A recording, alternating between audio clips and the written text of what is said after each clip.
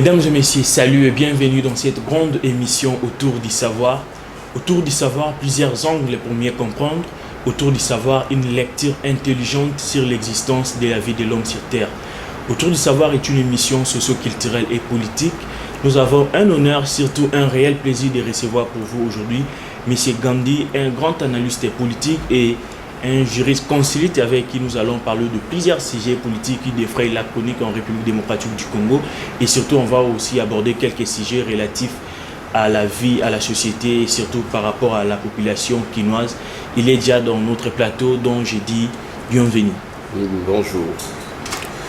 D'entrée déjà, nous allons commencer avec le grand sujet dont on en parle ces derniers temps dans la ville-province de Kinshasa concernant les différentes manifestations anti-Malonda à la tête de la CENI. On a vu le CLC, ils ont marché, on a vu l'UDPS, on a vu la coalition Lamouka, le Front commun pour le Congo a reporté sa marche. Aujourd'hui, que peut-on entendre par rapport à toutes ces marches? S'il y a marche, pas contre la personne de Malonda, Ronsard. Malonda, c'est la goutte d'eau qui a fait déborder le vase. Avant Malonda, il y a eu d'autres points qui ont fâché la population, ou les différentes populations congolaises, à savoir quand nos députés cherchaient à renchérir leurs émoluments, donc rajouter dans leurs émoluments $2000 en plus, alors qu'on sait que dans ce pays, le salaire de base ne dépasse guère $100. C'était déjà des premiers points. Et ensuite, on a vu comment on a voulu caporaliser la justice, à savoir les 3 propositions qui étaient mises sur table au niveau de l'Assemblée nationale par Sakata, M. Sakata, et puis monsieur, comment il s'appelle encore? Minakou. Donc l'affaire Malonda ne vient que faire déborder le vase qui était déjà plein. Donc il faut savoir que Malonda, personne n'a rien contre lui en tant que personne humaine. Le peuple le fustige par le fait que c'est une des personnes ressources qui a accompli des basses besognes, qui a fait du sale boulot au nom de Nanga et puis de groupements que vous connaissez très bien, dont je ne citerai pas le nom ici, pour faire en sorte que ces groupes-là puissent pouvoir se maintenir non seulement au pouvoir, mais continuer à faire en sorte que ce peuple continue à souffrir. Donc voilà un peu la situation. Moi je pense que le peuple, c'est celui qui a la souveraineté, c'est le peuple qui a le plein pouvoir par rapport à tout ça, même si à un moment donné ce peuple a délégué le pouvoir à nos illustres députés ou sénateurs, mais il garde quand même le pouvoir. Il a délégué ce pouvoir pour que ces sénateurs et ces députés puissent faire un travail dans le bon sens pour pouvoir faire en sorte que ce peuple sorte de la misère, de la pauvreté. Mais si à un moment donné, ces députés ou sénateurs ne travaillent pas dans le bon sens pour ce peuple, c'est au peuple de pouvoir récupérer son pouvoir et éventuellement de donner une autre direction dans la chose publique. Voilà ce que je peux... Est-ce que peut-on dire aujourd'hui que la population est victime de confessions religieuses? Est-ce que la population est trahie par les confessions religieuses qui ont élu Ronsard Malonda à la tête de la CENI? Non, c'est vous qui affirmez que les confessions religieuses ont élu Malonda. Il y a plusieurs confessions religieuses. Il y a non seulement les églises évangéliques, il y a les églises classiques comme on connaît les protestants, les catholiques, kimbanguistes et autres.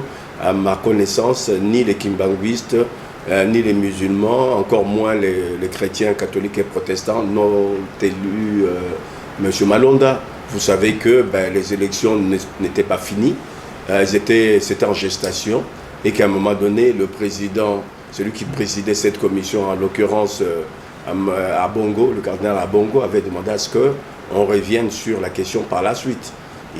C'est avéré que quelques églises, dont je ne citerai pas le nom ici, ont pu conclure l'affaire sans qu'il y ait ces grandes églises qu'on connaît dans ce pays, l'église protestante et l'église catholique, en l'occurrence, y compris l'église kimbanguiste, n'ont pas participé à ce vote.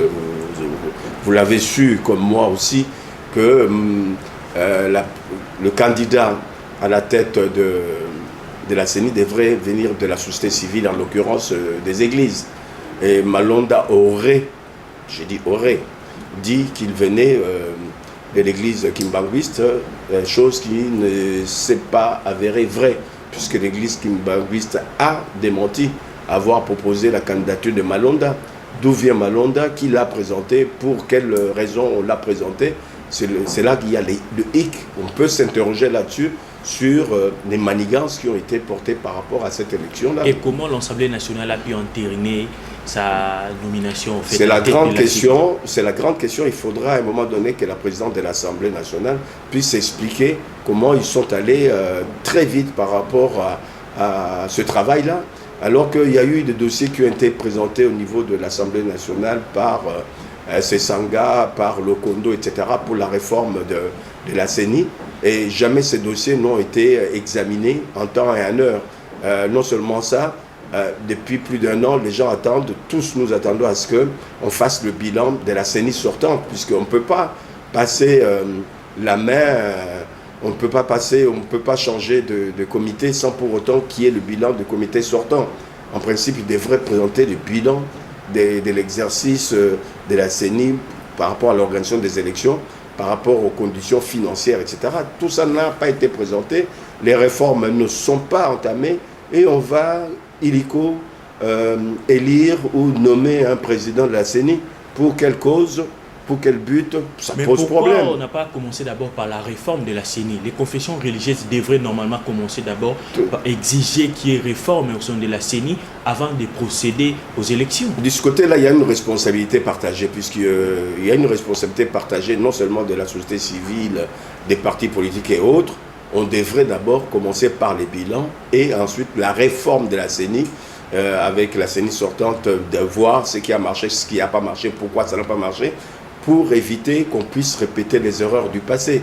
Ça n'a pas été fait. Pour quel but? C'est la grande interrogation. J'aimerais aussi que, puisqu'on parle d'état de droit, que la justice aille aussi gratter et voir ce qui s'est passé dans les coulisses. Donc c'est néfaste pour cette République de pouvoir toujours faire du surplace avec les mêmes acteurs qui ne sont pas là au service de la nation ni au service de la population. Ça pose un problème. On voit plus de vieux être plus dans des institutions. Aujourd'hui, Ronsard Malonda, c'est un jeune à la tête de la CENI. Pourquoi cette farouche déception de la part des Congolais? Quel jeune? Le jeunisme, là, il faut que le Congolais sorte aussi de cette idéologie du jeunisme. Il faut savoir que ce pays a toujours été géré, dirigé pour la plupart des temps et des cas par des jeunes. Souvenez-vous de Lumumba, il avait quel âge? Il avait moins de 40 ans quand il était Premier ministre. Souvenez-vous de Kassavou, il avait à peine l'âge de Malonda. Souvenez-vous de Mobutu, quand il a pris le pouvoir, il avait à peine une trentaine. Plus près de nous, l'ex-président de la République, Joseph Kabila, avait moins de 30 ans quand il a pris le pouvoir. Pourquoi chanter le jeunisme? Ce n'est pas le jeunisme qui va gérer ce pays, ni le fait des vieux.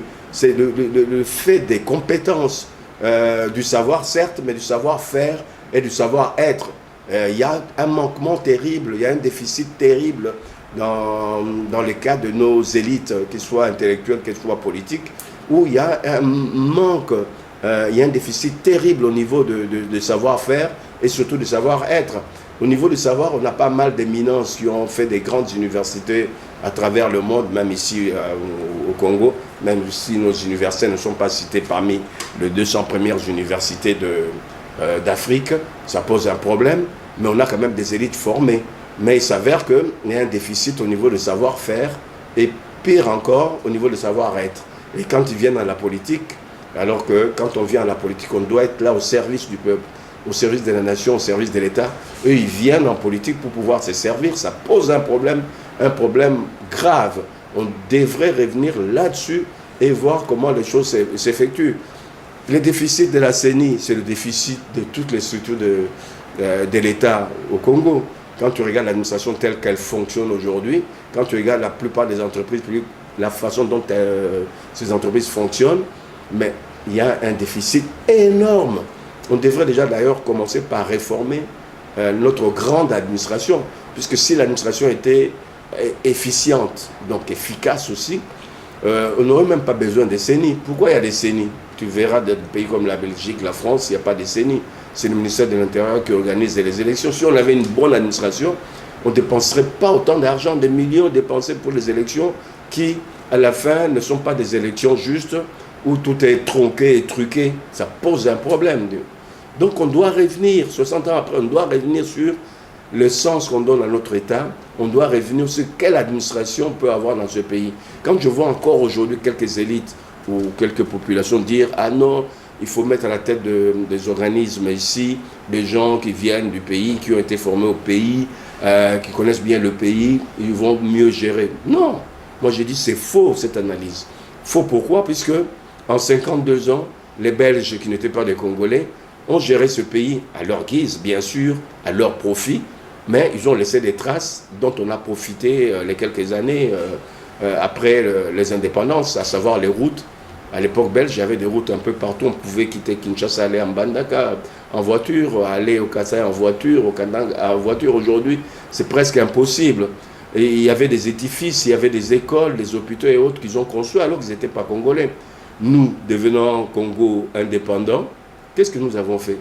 Tous les hôpitaux qui sont là, ce sont les hôpitaux qui ont un siècle, le cas de Mamayemo, qui ont un siècle, on n'a jamais construit d'autres hôpitaux. Et regardez dans quel état lamentable est l'hôpital Mamayemo. Regardez l'hôpital universitaire. Mais les Congolais qui gèrent, on en est où? Ça pose un problème. Il faut rechercher des gens qui ont des compétences et des gens qui ont aussi un savoir-être pour faire en sorte que ce pays commence au moins à s'organiser avant de décoller. L'UDPS aujourd'hui contre la désignation de Ronsard Malonda à la tête de la CENI, mais autrement c'était le même Ronsard qui défendait l'actuel président Félix Tshisekedi. Comment trouvez-vous cela? Nuance, c'est votre analyse. Non, si Malonda, c'est pas une réalité. Il était chef des opérations de la oui, CENI. quand il est venu défendre, la CENI pour dire quelque part la CENI a organisé les élections en bonne et due forme, et dans le bon sens. Et ça, c'est l'interprétation des journalistes d'ici qui disent il est venu défendre le président de la République, disons Fachi. Moi, j'ai dit non, il est venu défendre l'œuvre de la CENI.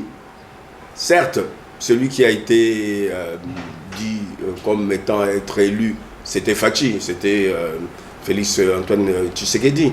Mais pour autant, ce n'était pas pour défendre Tshisekedi qu'il est venu devant la barre. Il est venu défendre les basses besognes qu'il a accompli autour de Nanga et du FCC, excusez-moi. Mais à l'époque, quand il est venu défendre, bien sûr, défendre la CENI, en affirmant que c'est Félix Tshisekedi qui avait gagné l'élection, on sous-entend que la CENI était en bonne et due forme et tout était OK, il n'y avait pas de corruption, il n'y avait pas de problème en ce moment. À ce moment-là, tout le monde avait décrié la CENI, même avant les élections.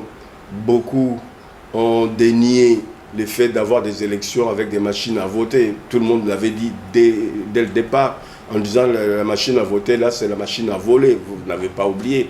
Vous avez encore en mémoire, je sais que les uns et les autres disaient que la machine à voter, c'est la machine à voler, que ça ne servait à rien d'avoir des machines à voter. Il faut voter manuellement avec des bouts de papier, des trucs comme ça, des bulletins de vote, etc. Donc, c'était déjà un problème avant même les élections. Les élections ayant eu lieu, on a vu que, comme la plupart des pays, quand il y a des élections, chaque bureau a ses résultats consolidés au niveau du bureau avec des témoins représentant les différents partis politiques ou des différents groupements et ainsi que la participation, du moins au niveau de l'observation, des observateurs extérieurs ou internes, etc. Ce qui n'a pas eu lieu. Les élections, moi j'étais dans un des bureaux de vote, j'ai vu comment ça se passait. Mais à la fin, en principe, quand il y a le comptage des bulletins,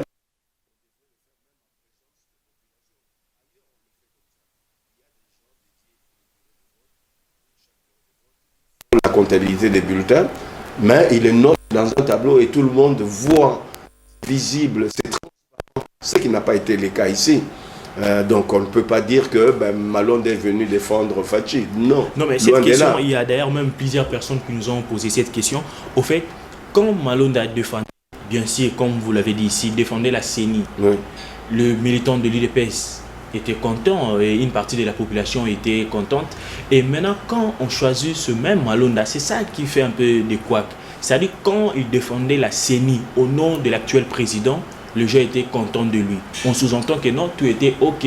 Effectivement, c'est la personne qui avait gagné les élections, la personne de Félix Tshisekedi. Donc aujourd'hui, vous ne voyez pas que ça crée un peu d'ambiguïté. Vous mettez de l'eau dans mon moulin. Si, comme vous l'avez dit, ou que certains analystes ou peuple, une partie du peuple avait pensé que Malonda avait en fait soutenu le président de la République actuelle par rapport aux derniers résultats des élections.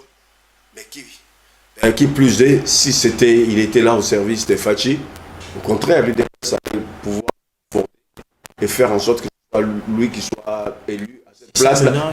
La logique des choses aurait voulu que l'UDPS puisse le soutenir pour pouvoir qu'il continue à faire ce qu'il a fait dans le passé. Mais si l'UDPS ne veut pas de lui, c'est que l'UDPS est dans le bon sens de l'état des droits, dans le bon sens de la justice, à savoir, on ne peut pas mettre celui qui a fauté, on ne peut pas mettre celui qui a mis à mal les dernières élections, ou du moins les 3 dernières élections. En quelque sorte, l'UDPS reconnaît au moins qu'il y a eu des tripatouillages dans les élections de 2018.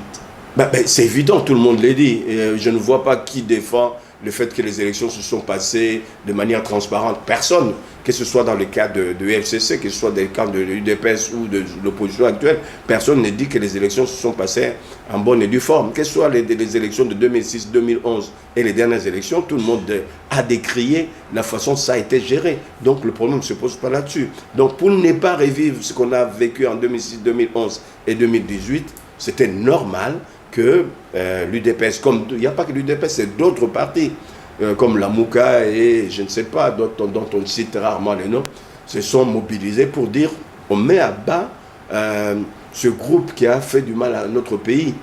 Donc je pense que leur démarche est normale et logique. Et aujourd'hui, si on maintenait la candidature de Ransard Malonda à la tête de la CENI, mais il y aura d'autres candidats, on peut maintenir sa candidature. Qui va le présenter? Quelle église va le présenter? Ce ne sera plus l'église kimbanguiste qui l'a dénié, encore moins l'église catholique ou protestante. Si c'était un bon citoyen, il aurait vu le mouvement, les foules qui ont manifesté leur mécontentement contre lui ou contre la CENI sortante. Si c'était un républicain, il aurait pu dire « Ok, puisque on ne veut plus de moi, c'est-à-dire à travers moi, le symbole, on ne veut pas de l'ancienne équipe de la CENI, je retire ma candidature, un point, un trait. Et la paix revient, on choisit d'autres personnes. Il y a d'autres expertises qui existent. Il y a d'autres compétences qui existent dans ce pays.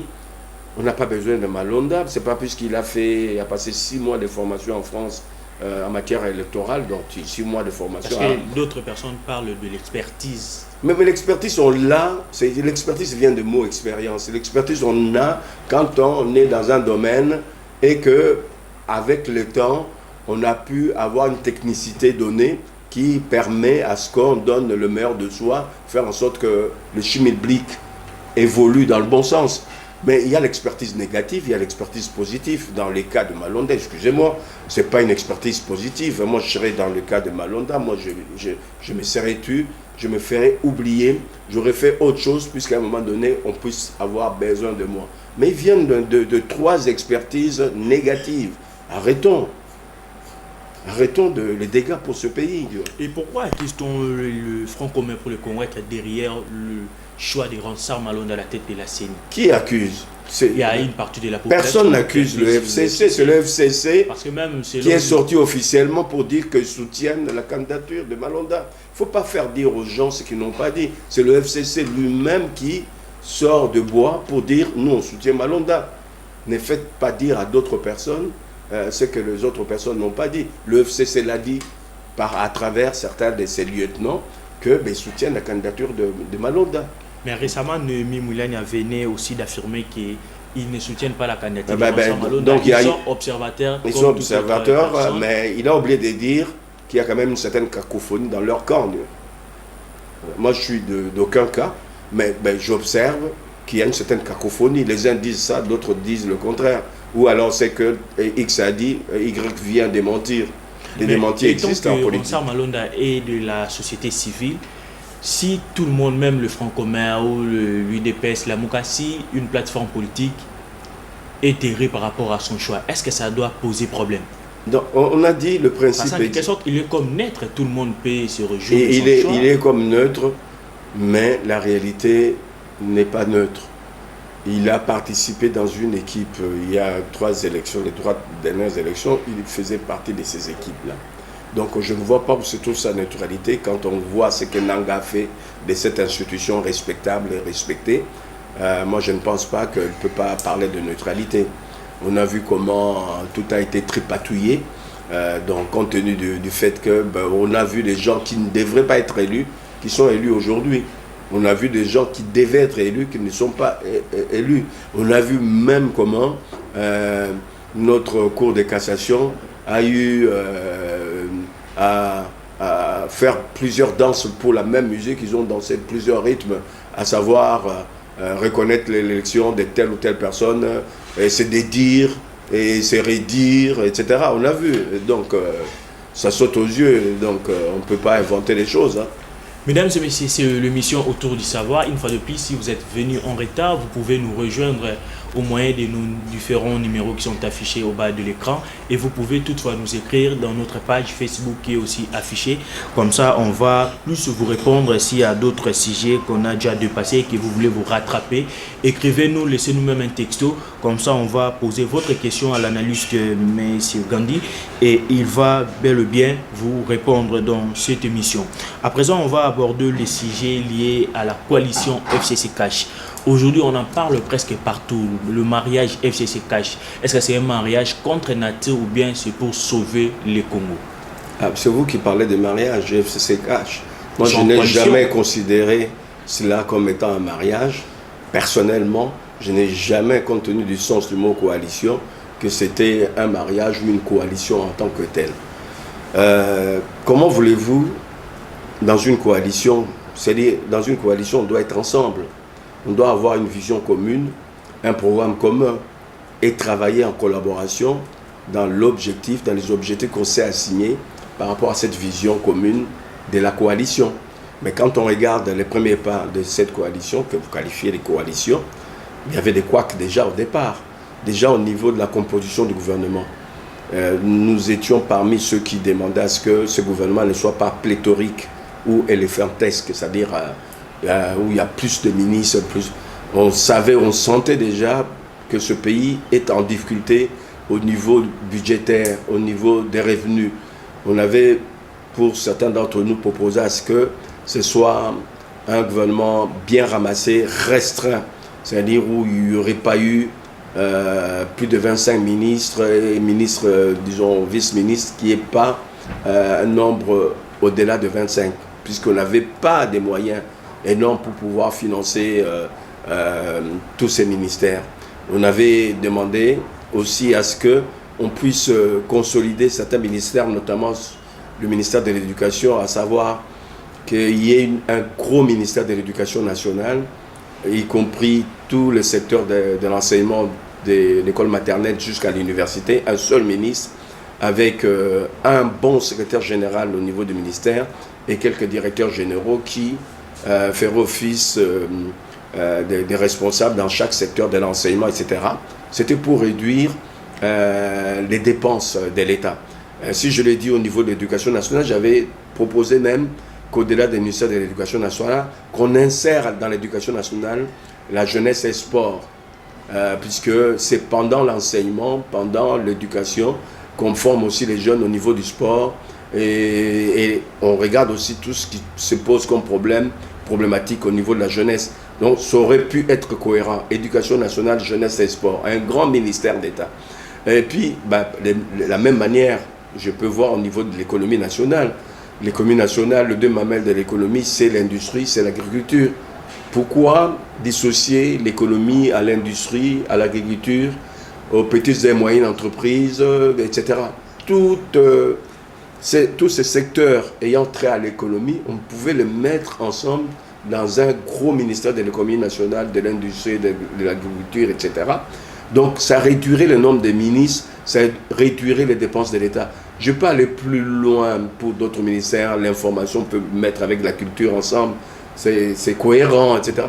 On aurait moins de 25 ministères, moins de 25 ministres et moins de dépenses au niveau des cabinets, etc.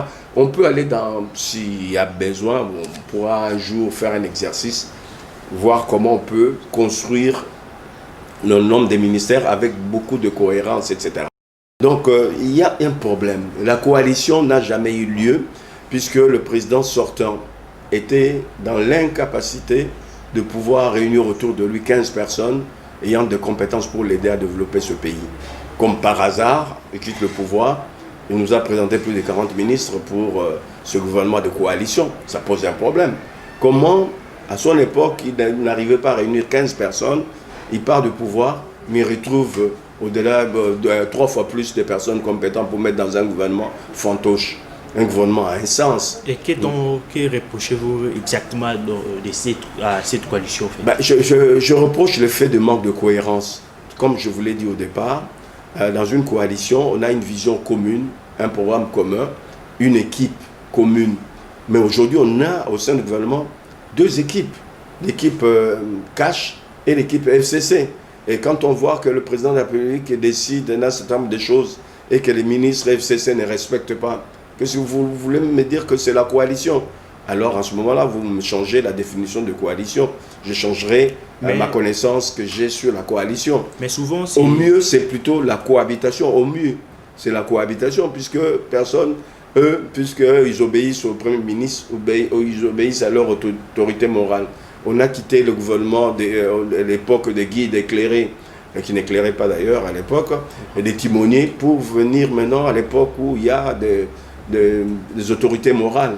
Au fait, il y a les amis du Front commun pour le Congo qui accusent plus les amis du Cash de créer plus de couacs dans cette coalition. C'est les amis du Cash qui ne veulent pas que les choses puissent marcher et qui travaillent tous ensemble. Mais je pense que le reproche que le FCC, avec ou sans raison, disent, les autres disent la même chose. Mais quand vous tous vous reprochez à l'autre la même chose qu'on vous reproche, c'est que ça ne va pas. C'est signe que ça ne va pas. Quand ça ne va pas, on est dans un couple, ça ne va pas, qu'est-ce qu'on fait? Mais le PPRD, par son secrétaire général permanent, Emmanuel Ramazan Shadari, avait bel et bien dit clairement qu'ils sont prêts même pour une cohabitation. Qu'ils y aillent. Là aussi, je pense qu'il y a un couac aussi. Pensez-vous que c'est une bonne chose? Qu'on a une cohabitation. C'est le monde très Cash et FCC. Ce sera la réalité. Si c'est une bonne chose, je ne sais pas. Mais au moins, ça a l'avantage de prendre en compte la réalité des choses. Mais sachez que si cohabitation il y a, ça créera encore plus de couacs. Si ça crée plus de couacs, le président, compte tenu de prérogatives qui lui sont conférées, serait à même de pouvoir dissoudre ce Parlement et faire en sorte qu'il y ait des élections pour qu'il ait une majorité qui lui permette de pouvoir gérer ce pays dans la tranquillité. Et voilà. Nombreux nous ont écrit pour demander est-ce qu'il y a réellement état de droit sous Félix Tshisekedi. Aujourd'hui, c'est un honneur du fait qu'on est devant un jurisconsulte et surtout un grand analyste. On va poser cette question et ça serait l'occasion de pouvoir vous répondre. Est-ce qu'aujourd'hui, il y a réellement état des droits sous Félix Tshisekedi? On a vu le vice-premier ministre et ministre de la Justice et garde-sceau démissionner Tunda Kasende. Il y a des problèmes au niveau du Congo central. Atouma Touwana est forcé vers la démission. Aujourd'hui, est-ce qu'il y a réellement état des droits sous Félix Tshisekedi? L'autre fois, avec Joseph Kabila, c'était difficile d'interpeller le ministre en fonction. Mais aujourd'hui, quand même, on voit certains ministres être interpellés. On a vu le directeur de cabinet du chef de l'État, Vital Kamerhe, est aujourd'hui à Makala, bien que son procès en appel est fixé pour le 24 juillet. Aujourd'hui, est-ce qu'avec toutes ces réalités, peut-on réellement affirmer qu'il y a état des droits sous Félix Tshisekedi? Nous sommes dans l'émission Autour du savoir. Autour du savoir, c'est une grande émission socio-culturelle et politique. Autour du savoir, nous disons plusieurs angles pour mieux comprendre. Autour du savoir, une lecture intelligente sur la vie de l'homme sur Terre. Nous parlons plusieurs sujets, nous parlons politique, nous parlons faits des sociétés et surtout nous parlons aussi culture. Nous sommes déjà à la deuxième partie de cette grande émission. À présent, il y a nombreux qui nous ont écrit pour demander qu'on puisse poser cette question à M. Gandhi, est-ce qu'il y a réellement état des droits sous Félix Tshisekedi? Et au travers de ces réponses, on va tous comprendre, est-ce que peut-on affirmer qu'il y a état des droits sous Félix Tshisekedi ou bien il y a quand même une évolution par rapport à l'état des droits ou bien on est toujours dans l'époque comme les choses marchaient avec l'ancien régime? Monsieur Gandhi, c'est la grande question. Nombreux aussi nous ont écrit partout pour nous demander est-ce qu'il y a réellement état des droits sous Félix Tshisekedi? Il y a quand même ceux qui disent oui, il y a état des droits sous Félix Tshisekedi. Il y a aussi qui disent non, il n'y a pas état des droits. La justice est toujours manipulée par l'ancien régime. Il y a plusieurs réponses, plusieurs questions. Vous, en tant qu'expert, vous allez plus nous éclairer par rapport à cette question. Est-ce qu'il y a effectivement état des droits aujourd'hui sous Félix Tshisekedi? Un état de droit au départ, c'est un état où tout le monde est soumis au droit. où personne n'est au-dessus de droit. C'est-à-dire où tout le monde doit respecter la loi et le droit en tant que tel.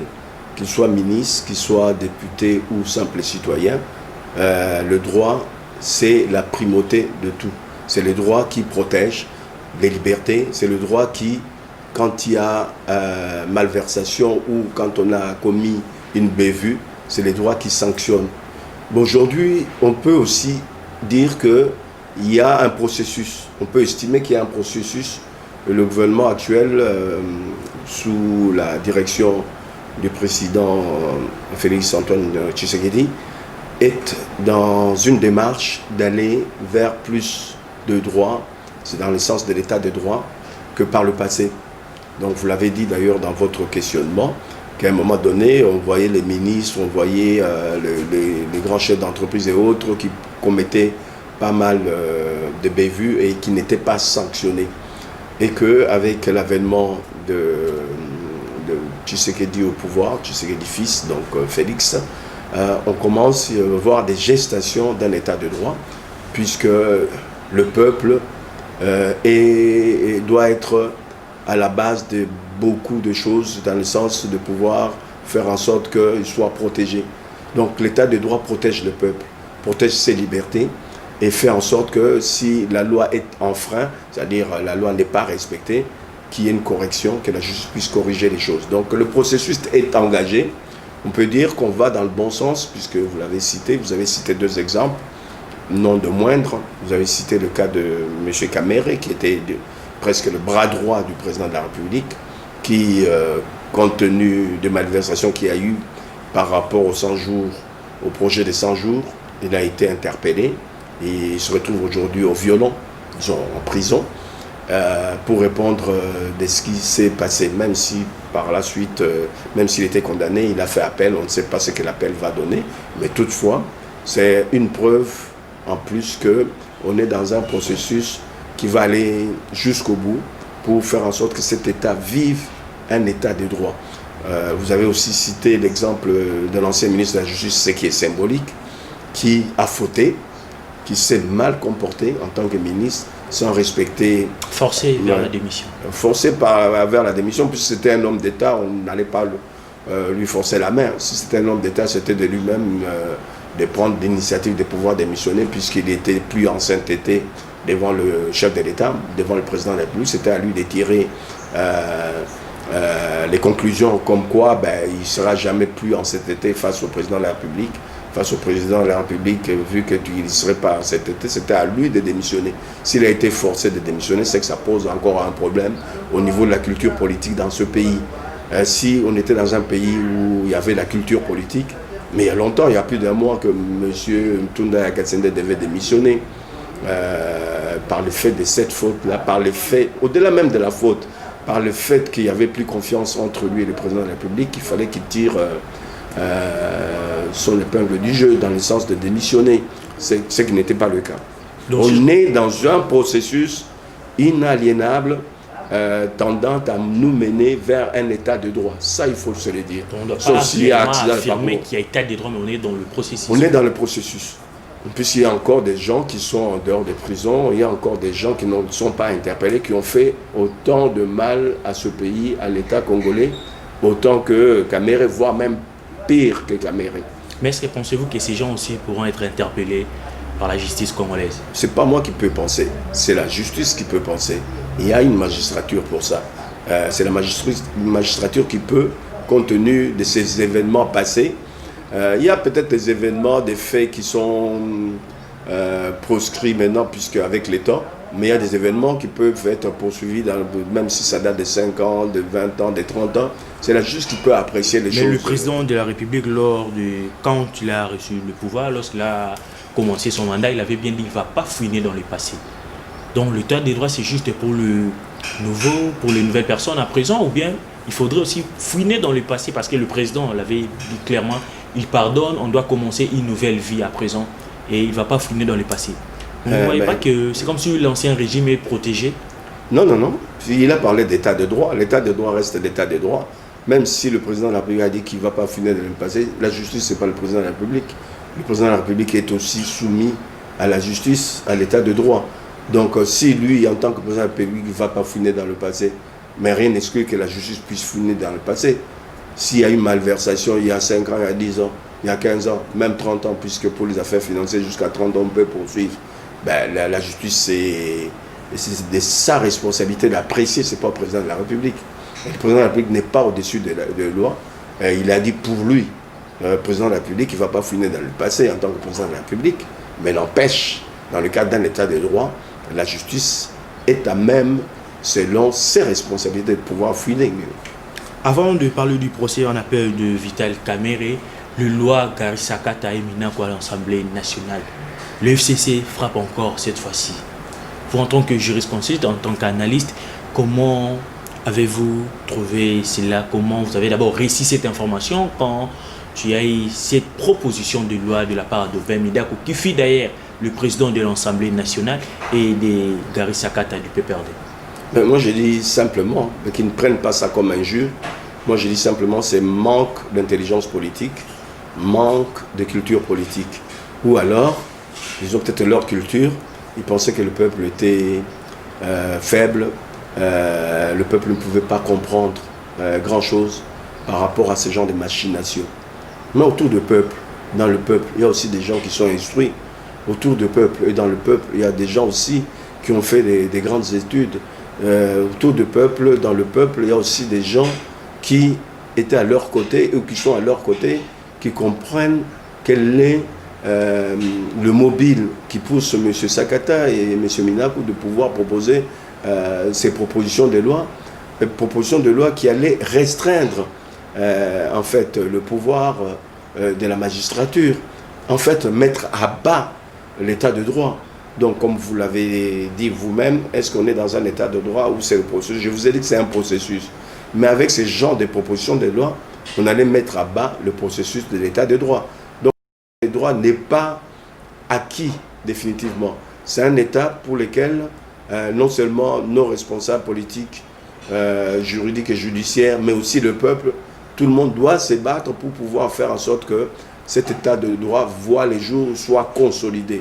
Puisqu'à chaque moment, à chaque époque, tout le monde cherchera à menacer cet état de droit. Vous savez que, le président d'ailleurs l'a dit dans un de ses discours, qu'il y a une sorte de mafia, et les Congolais sont mieux placés pour pouvoir le savoir. Il y a une sorte de mafia, une nébuleuse qui est là autour. Au-delà des rétrocommissions que tout le monde peut avoir pour tel ou tel service, etc., il y a une mafia où on trouve toujours les mêmes têtes, les mêmes noms, toujours dans les mêmes affaires. Ceux-mêmes qui ont des moyens pour pouvoir se construire des immeubles, s'acheter 5 ou 10 4x4, etc. Il y a toute une mafia organisée où tout le monde se protège, au-delà des partis politiques. Donc cette mafia-là ne voudra pas que ce pays, cet État, cette nation connaisse un État des droits où on fait respecter l'État, on fait respecter la nation, on fait respecter l'administration et on évite qu'il y ait des sointages. C'est-à-dire qu'il y ait des malversations, des tournements de fonds de l'État où on a moins de recettes, où on vole à l'État au-delà de ce que l'État reçoit au niveau des recettes financières. D'ailleurs, à l'époque du président Kabila, vous avez vu vous-même, Zolo Bambi avait parlé qu'il y avait autour de 15 milliards qui échappaient aux caisses de l'État. S'il a dit il a parlé de 15 milliards, moi je pense que c'est au-delà de 15 milliards. Il y a peut-être 30 à 45 milliards qui échappent aux caisses de l'État, aux recettes de l'État. Donc qui échappent au peuple congolais, qui échappent au financement qu'on pouvait avoir pour construire des écoles, construire des hôpitaux et autres. On oublie qu'en 60, on était à 13 millions d'habitants. C'est que nos responsables, nos politiques oublient, on était à 13 millions d'habitants. On est à combien de millions aujourd'hui? On est à plus de 80 millions d'habitants. Mais on n'imagine pas que d'ici 2050, on sera à plus de 120 millions d'habitants. Vous le savez, du moins peut-être par vos parents, vos grands-parents, qu'à l'époque, les enfants allaient à l'école le matin et l'après-midi. À une époque, vu que la population avait augmenté, vu que l'État n'avait pas construit des écoles, il n'y avait que les écoles construites par les Belges et quelques écoles privées qui sont venues se rajouter. Mais les enfants ne pouvaient plus partir à l'école le matin et l'après-midi. Il y a eu des histoires de deux gonds. Certains partaient le matin, les autres l'après-midi. À l'allure où vont les choses, où la population va augmenter d'ici 2030, 2050, il y a risque à ce qu'il y ait l'école la nuit aussi, puisqu'on n'aura pas construit des écoles. Pour construire des écoles, il faut des moyens. Pour avoir des moyens, il faut éviter qu'il y ait le coulage des recettes. Il faut éviter qu'il y ait sointage, c'est-à-dire vol par les agents de l'État, détournement au niveau des ministères. Vous voyez ce qui se passe aujourd'hui entre le ministre de la Santé et son vice-ministre. Ça pose des problèmes. Partout ici, il n'y a que des détournements. Il faut mettre fin à cela grâce à l'état de droit. En fait, j'aimerais à ce qu'on reste un peu dans la question. En fait, pourquoi les politiciens appellent les gens à sortir dans la rue? C'est juste quand il y a plus les questions, non seulement qui touchent une partie de l'intérêt de la part de la population, mais qui touchent plus à leurs propres intérêts. Non, j'ai éliminé ce premier point puisque je ne voulais pas que vous puissiez mettre ensemble le fait de manifester par le fait que le dollar grimpe par rapport à notre monnaie. J'ai voulu spécifier les choses. Donc je vais pour l'autre question. Oui. La question notamment de Malonda. Vous dites qu'ils ont tort de pouvoir pousser les gens à manifester leur mécontentement par rapport à cette élection. Ça se comprend. Oui, là ça se comprend. Ouais. Mais évidemment le problème est que pourquoi par exemple la souffrance aujourd'hui du côté social, la population. Même le côté social. On est sur le terrain, nous journalistes, on part dans de différentes communes, à Tchangou, à Massina, là-bas. C'est aussi votre rôle de journaliste, de dire au peuple, pour pouvoir ne pas souffrir, il faut travailler. Pour travailler, c'est-à-dire, si le peuple souffre, c'est-à-dire, c'est le serpent qui se mord la queue. Mais aujourd'hui, tel que vous transmettez les discours au niveau de la presse, tel que les populations disent les choses, c'est-à-dire savoir nous souffrons. Ils pensent qu'il suffit simplement que l'État mette la main dans la poche pour pouvoir saupoudrer tout le monde, faire en sorte que tout le monde, au minimum, touche $500. Mais les $500 viendront d'où? Ça viendra des recettes qu'on n'a pas aujourd'hui. On n'arrive pas à engranger assez de recettes, puisqu'il y a ce que je vous ai dit au départ, des sointages, des coulages, des gens, des fonctionnaires qui détournent, il y a des ministres qui détournent, des PDG qui détournent. Il n'y a pas assez d'argent dans la caisse. Il y aurait assez d'argent. Au lieu d'avoir 5 milliards de budget, si on avait 50 milliards de budget, aujourd'hui les salaires minimums seraient peut-être de 300 à $500. Puisqu'on n'a pas cet argent, on ne va pas aller s'endetter pour payer les gens. Donc il faut le travail d'abord. Non seulement qu'il faut le travail, travailler les champs, que l'agriculture soit au même titre que les matières premières que nous exportons, voire même au-delà des matières premières. Mais il faudra aussi qu'il y ait moins de corruption, moins de détournement de fonds pour faire en sorte que sur le plan social, on puisse avoir des moyens de pouvoir subvenir aux besoins de nos populations, notamment sur les salaires. Voilà, c'est le serpent qui se mord la queue. On ne peut pas tout faire en un seul coup. Le fait de se battre contre la corruption, le fait d'imposer un état de droit, c'est le fait aussi, quelque part, de faire en sorte qu'on puisse récupérer les recettes qui nous échappent. Donc, demain, si on récupère assez de recettes, on peut pouvoir faire en sorte que l'instituteur gagne aussi au moins $500 par mois. Donc, bien, voilà, c'est à la presse, en tout cas, moi, j'insiste là-dessus, c'est à la presse d'éduquer civiquement non seulement nos populations, mais aussi les politiques. Puisque nos politiques présentent beaucoup de carences là-dessus. Nous sommes presque arrivés à la fin de cette grande émission Autour du savoir. C'était un honneur, un réel plaisir pour nous de recevoir sur ce plateau M. Gandhi, qui est jurisconsulte et surtout un grand analyste politique dont je dis déjà merci de répondre à notre invitation. Je vous remercie, mais je suis quand même un peu...